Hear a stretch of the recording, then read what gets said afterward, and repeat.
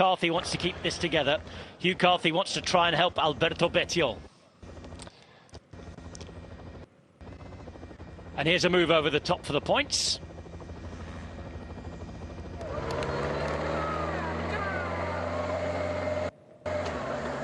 I'm gonna say stage when it's going to be battled out between Pidcock and Bettiol.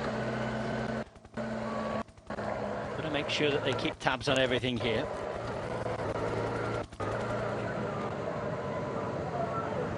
This is Reichenbach, by the way, the former Swiss champion. I think based on the fact that EF have put their stalls out here now, this is what we're going to do, this is what we want to do, and they're still here with numbers, relative numbers, let's put it. I think there'll be a lot of the teams leaning on them to do any chasing here now. They rode hard on the climb, now you carry it on and you finish it off as well. So I think that is Sebastian Reichenbach then at the front.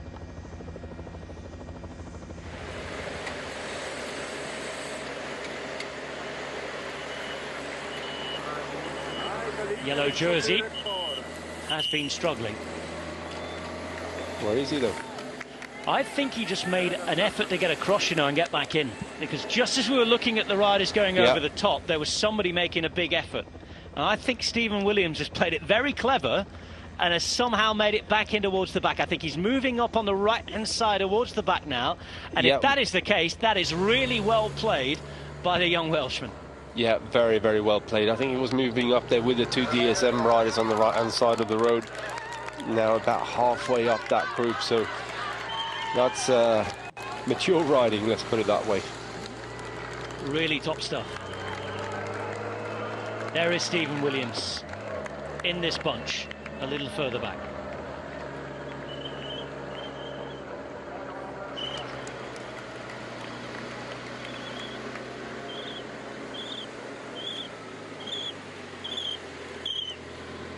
Right in the centre, trying to pick him out for you all, but I can just see his sponsorship bobbing up and down on the back of the yellow jersey.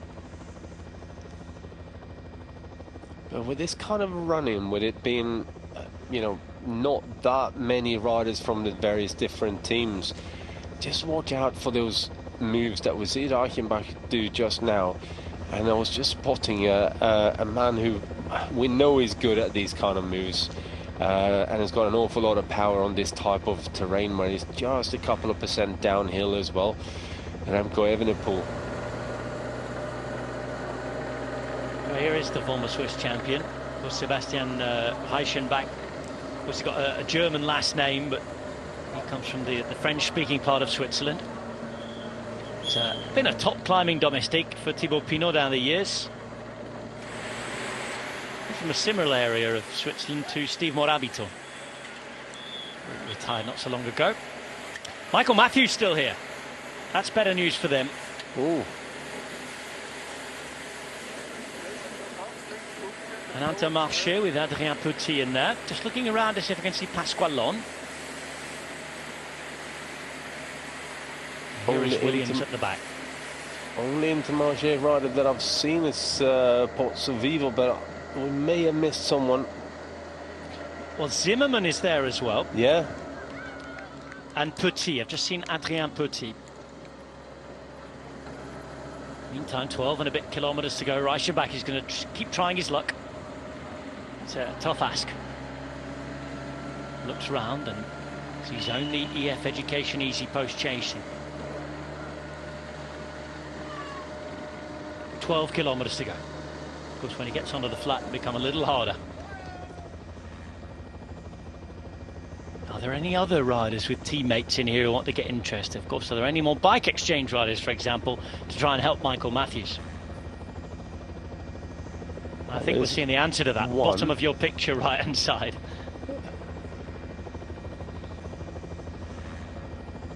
A couple of riders in there from DSM as well. I can see at least 3.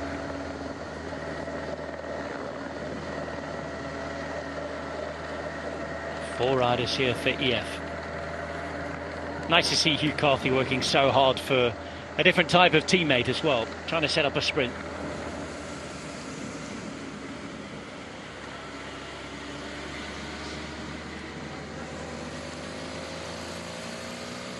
Still out here is Reichenbach. Has always more been a helper than a winner. One of 3 Swiss riders in the team, the man from Martigny.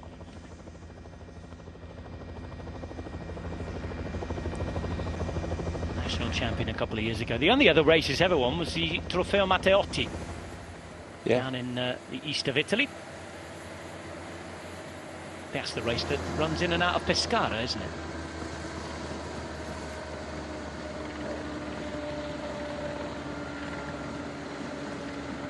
Still the same gap, he's just hanging out the front there.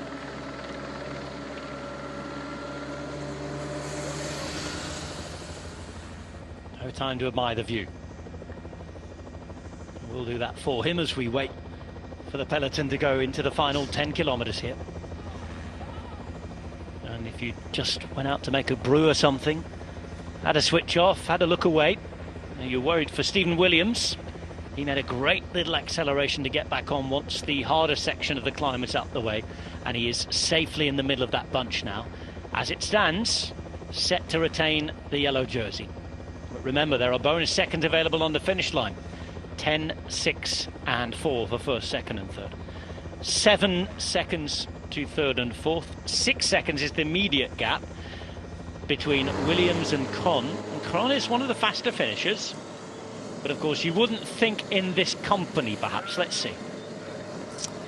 Yeah, but like we touched on a few times before, is that after a hard day, even though, you know, you're looking at Michael Matthews in here, he should, in theory, be walking away with this kind of a finish, or maybe having a battle with someone like Bettiol.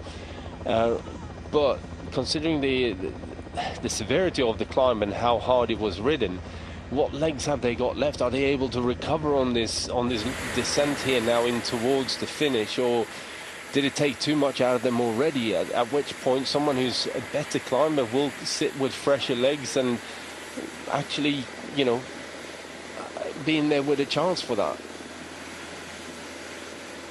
They're motoring here. 80 kilometers per hour.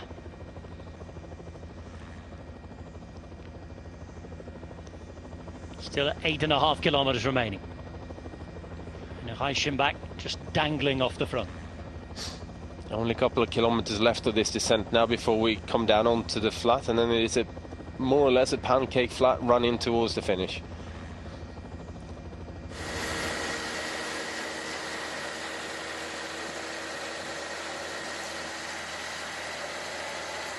Domenico Pozzovivo right inside. This is Rigoberto Urán, committed to try and help Alberto Bettiol with a stage. He's in fine form, as we saw the other day when he finished second. He gave us that comedy moment, didn't he? Well, that is Georg Zimmermann in there for Intermarché. Just double checking that, 107. Of course, Andrea Pasqualon, the man we're looking for, is wearing 102. So 2 and a 7, often similar from the helicopter, but double checking, that is Zimmermann in there. I cannot see Pasqualon in this group yet. No, I'm not seeing him either, so unless he somehow manages to get his way back in on the descent. No, he's not here yet. No. But we know that Thomas Pidcock is here. Israel Premier Tech have a few numbers here. Daryl Impey's one of them. I mean, a couple of years back, Impey would have been a serious contender for today. There's Remco Evenepoel, he's in the bunch. And Reichenbach, well, while we were looking away, he's been caught.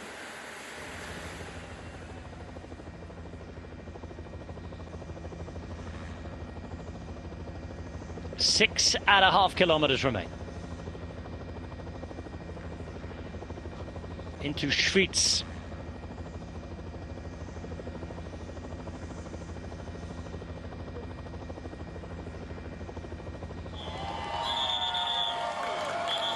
And look at that.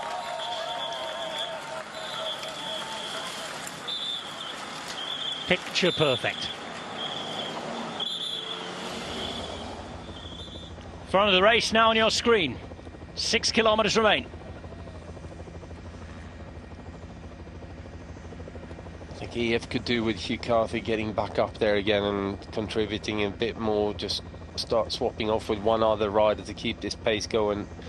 It's the moment they back off, take the foot off the gas a fraction, that's when you open yourself up to attacks. And I think there'll be a few riders sat in here now thinking, okay, if it slows down, I'm gonna have a go at this one, because there are still a couple of riders that are too fast for me to be able to beat in a bunch, in a sprint. So, you know, and it's always dangerous when you have this smaller group and you know, not necessarily super organized. Look out as well for Aramburu, who has made it, I think, for Movistar after all the work they did earlier on. Yeah. So good yesterday. Remember, there's no Sagan, no Christophe, no Pasqualon that we can see either. But there is a Michael Matthews, and he sits up there in a 10th wheel. Aramburu is on his wheel. Thomas Pidcock is there as well. And we know that Alberto Bettiol is the man to try and bring home the bacon for EF Education Easy Post. Impey's following him. Former South African champion. I think Matthews has decided that Pidcock's wheel is the one to be on here. Just wondering about Patrick Bevin as well. Imagine in the Israel Premier Tech team nowadays, he would probably be the man to have a go. He's done it in sprints before in Switzerland at the Tour de Romandie. I think he's a little bit further back in the line than Daryl Impey.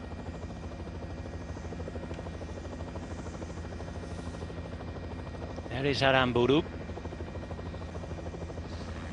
It's Ugo Uhl who's there. Søren is in there as well. Fuglsang. Søren Kragh Andersen is in there for DSM as well. And there's Stephen Williams. Evenepoel just sitting at the back.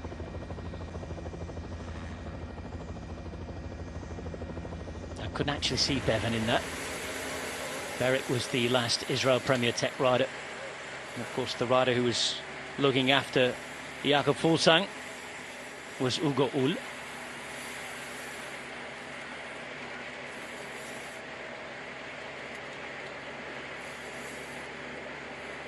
There's one rider from Cofidis I can see on the left-hand side as we come to 3 kilometers to go.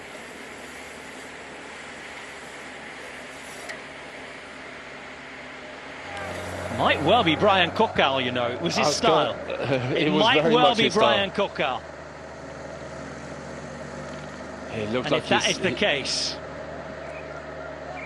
Looks like his build as well. Just hanging around behind Stefan Kung there. You can just see in front of the white jersey, if it is Brian Cockal, he has the number 3 on his back for the team. Now that would be number 63. We're inside those 3 kilometers to go now, and it's EF Education Easy Push. I'm convinced now that that's Brian Cockar in this group. So there could be a big moment in his career. They've ridden all day as well, remember. Movistar for Aramburu, EF for Alberto Bettiol, and Cofidis for Brian Cockar, who I'm pretty sure is isolated, but in this group. Yesterday, put in a tremendous sprint. 2 kilometers to go now. Stephen Williams still in here and looking like he's set to hold on to the jersey. Bettiol, remember, the object of the desire for a win for EF Education Easy Post. Pidcock there for Ineos Grenadiers. Riders moving up for Trek as well. Trek Segafredo having a couple of different riders up in there. You can see Bora Hansgrohe yet again leading the team classification with several of their GC riders up as well. We're getting into about 1.5 kilometers to go now, and Hugh Carthy's been doing a great job today to keep everything going all to the last minute. Rigoberto Urán's been committed as well. If Alberto Bettiol can pull this off, it'll have been a real team effort. Now it's a fight for this big short right-hand turn with 1 kilometer to go, and they're about to come in it. Carthy peels off and has done his job. It's now down to Urán as Kron on the left-hand side in the white jersey moves up. He's a man that if he wins the stage could take the yellow jersey by virtue of the bonus seconds. Last kilometre and right turn. Keeping position here now. So here we go, final turn of this whole stage. There's a lot of movement there on the inside as everybody for now stays up, stays right. And if you've missed that position, you've got a lot of making up to do in the final 900 metres, Magnus.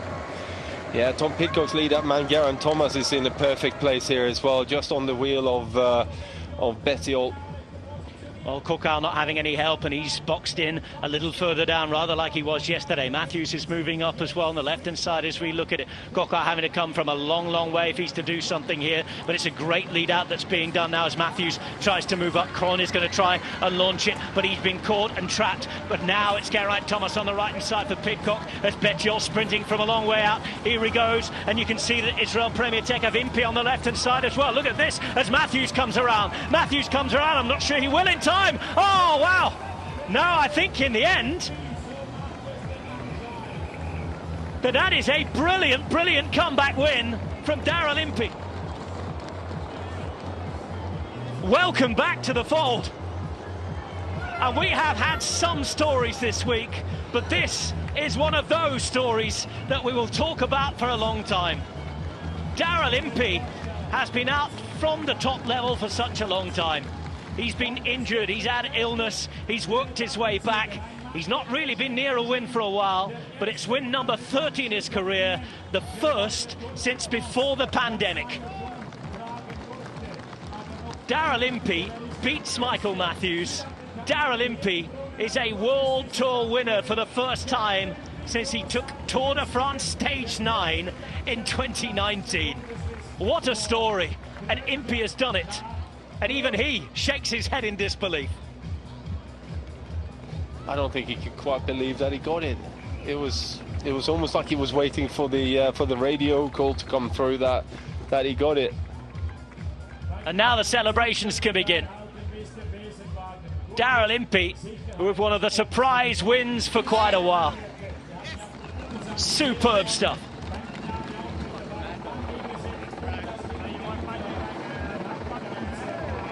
That will be a popular win in the peloton. He's beaten Matthews at all the rest. Pidcock couldn't get around. Aramburu and co, with Kron getting boxed in. Daryl Impey winning stage 4.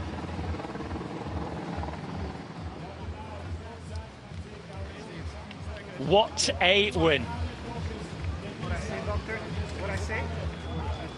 And this is the week. Yesterday it was Sagan who was back. Today it's Daryl Impey for the first time since we knew what COVID-19 was.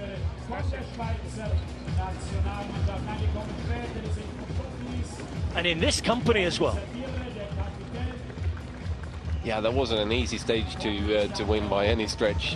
Survived that climb and then positioning down here as well on the run-in. It was on the wheel of EF for a while and then got a little bit sort of lost his position somewhat. He's on the wheel of Kron in the white jersey down there just at the bottom of your screen. We've got Matthews on his wheel and he's waiting here for the real sprint to start. Geraint Thomas does a great job again leading out for Tom Pidcock, but they kind of got a little bit boxed in. Impey goes to the left here, gets clear road, decides to step out there, and Matthews follows him, and it's just about coming up at him on the line, but Impey is definitely clear with some margin. Søren Kyle finishing in 3rd place. Bettiol not really able to finish the job after some great teamwork for EF Education Easy Post. Bettiol's sprint the other day, much superior to what we saw today. You see Kokau behind on the right-hand side, really a long, long way back, just couldn't do anything despite making the group. Daryl Impey, though. And again, I was with you there, Magnus, almost watching that and waiting for the finish line to come. What a victory. So strong again, and rather like Sagan yesterday, he hit the power and held it. Yeah, he did. I think actually Bettiol opened up his sprints a bit too early. He got left in the wind there with no other option really but to strike out, and just ran out of legs. You know, it's been a hard final 15 kilometers or so, but the way Impey gets up there, like you said, just gets clear road and goes for it, and has got that endurance in his sprint. To beat Michael Matthews. Michael Matthews has got to start wondering, what do I have to do to win one of these soon? Victory number 30 in the career of Daryl Impey is the one he's been waiting the longest for. What a top quality bike rider this man is. A popular winner. Remember, who hasn't been on the top at this level since taking that brilliant stage in the Tour de France from the breakaway.